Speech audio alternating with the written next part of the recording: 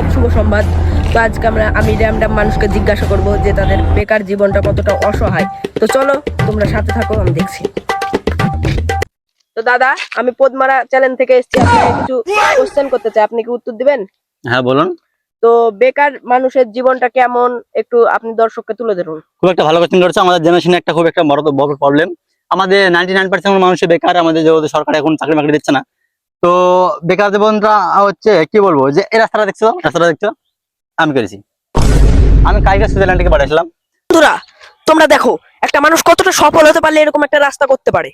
তো এরকম রাস্তা আমি লন্ডনে অনেকটা করেছি। অনেক রাস্তা এত বড় বড় রাস্তা লন্ডনে করা আছে আমার। তো কোনো ব্যাপার না।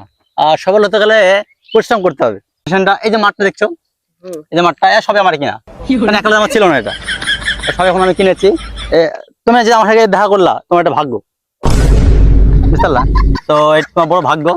আমি হচ্ছে কালকে আমেরিকা যাবো, আমাদের ফ্লাইট আছে, তোমার সময় এখন। আরে দাদা, শুনুন শুনুন শুনুন তো। কি হলো বলো। তো বেকার কিছু কিছু মানুষ যে বলছে আমরা কাজ কাম নাই, আমাদের কাজ কাম পাই না, তো এদের জন্য হবে না তো, হবে না।